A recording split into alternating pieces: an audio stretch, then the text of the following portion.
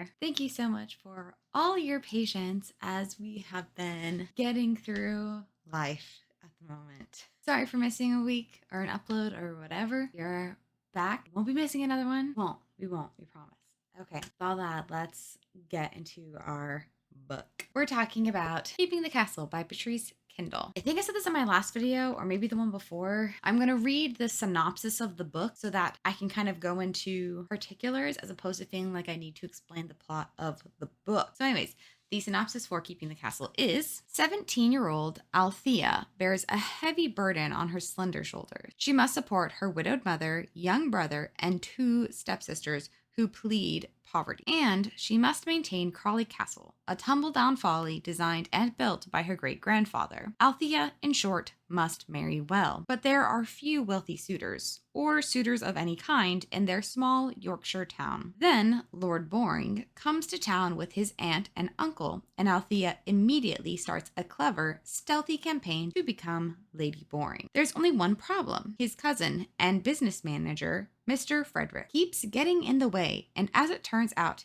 he has his own set of plans. So this book, it's about a family who is in this completely dilapidated castle, and she has to marry well because she's the oldest woman. Her younger brother, I think he's fairly young, like something around 10. And yeah, her mother has been widowed, I think, twice over now because obviously she has stepsisters. So her mother's been widowed twice over, and she needs to marry well to keep the money coming so that they can keep living. This book, it's super cute. It's full of just like, like you said, she's making these plans to kind of like, I don't want to say entrap.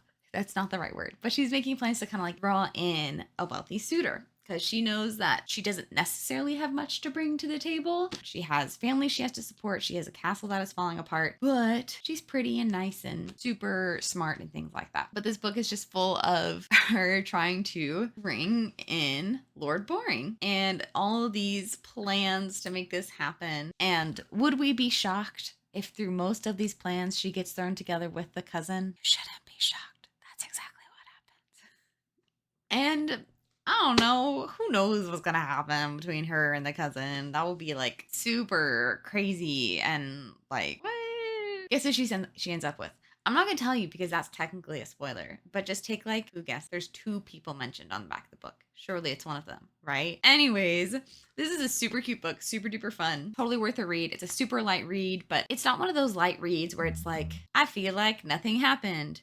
It's a light read in that, yeah, she's going through some serious things. She is very worried about her family, but like, it's just silly circumstances and silly things are happening, and it all ends up okay in the end, even as things are literally crumbling around her. And it all ends up okay. And it's cute and it's fun, so you should read it. But there's a very funny story that goes along with this book. For those of you who don't know, which would be surprised who doesn't at this point because I talk about it a lot. For those of you who don't know, I spent 6 months in Paris, and it was awesome. It was the spring of 2018, and I loved it.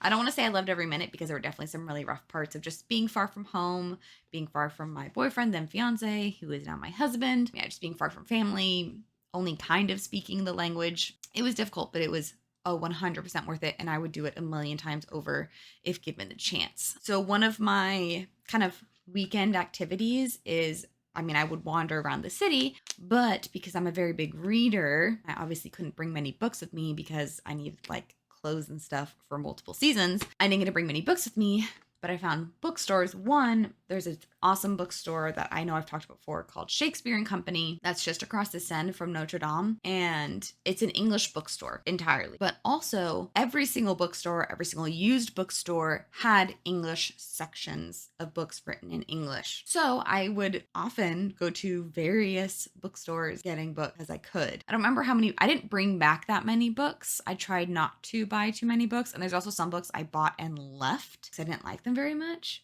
There was one book I bought it and I never finished it because I didn't like it. And now it's on like all of the like best books. And I'm like, I didn't like that book. Maybe I should give it another try.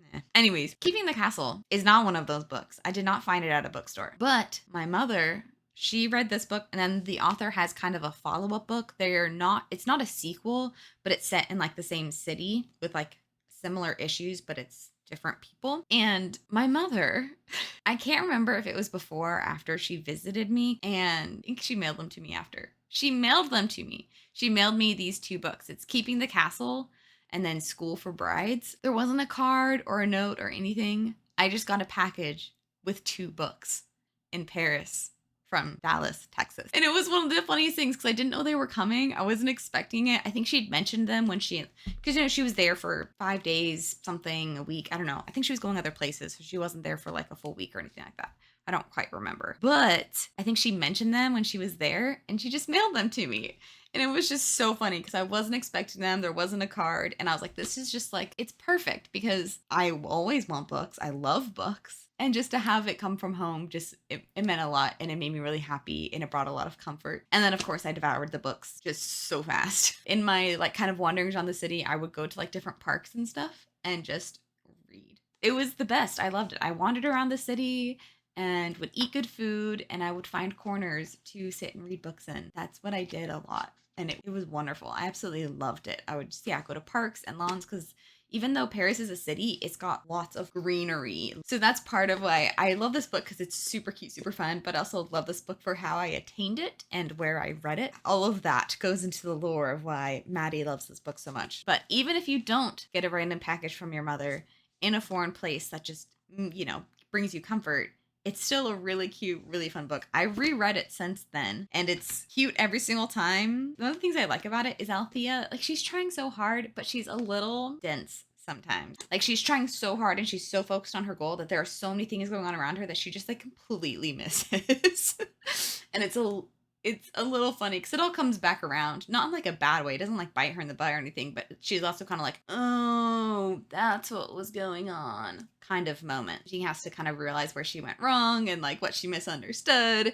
And it's very cute. It's very fun. I love the ending. It's very precious and so bizarre. Books with bizarre endings are just like, I don't know, for me, it's like chef's kiss. I always think of Countess Below Stairs. I've already done a video on that. I also completely read the book, and that's as an audiobook, like on my channel. It's pretty terrible quality because is very much at the beginning of my days and my mic wasn't very good and I couldn't edit things well or at all. But if you want to listen to the audiobook, it's there because if you try to listen to the audiobook of, I think it's A Secret Countess is like its other title, it's like an abridged version, so you don't get the whole book, which is stupid because it's a good book. But the ending, the way that book resolves itself is so crazy.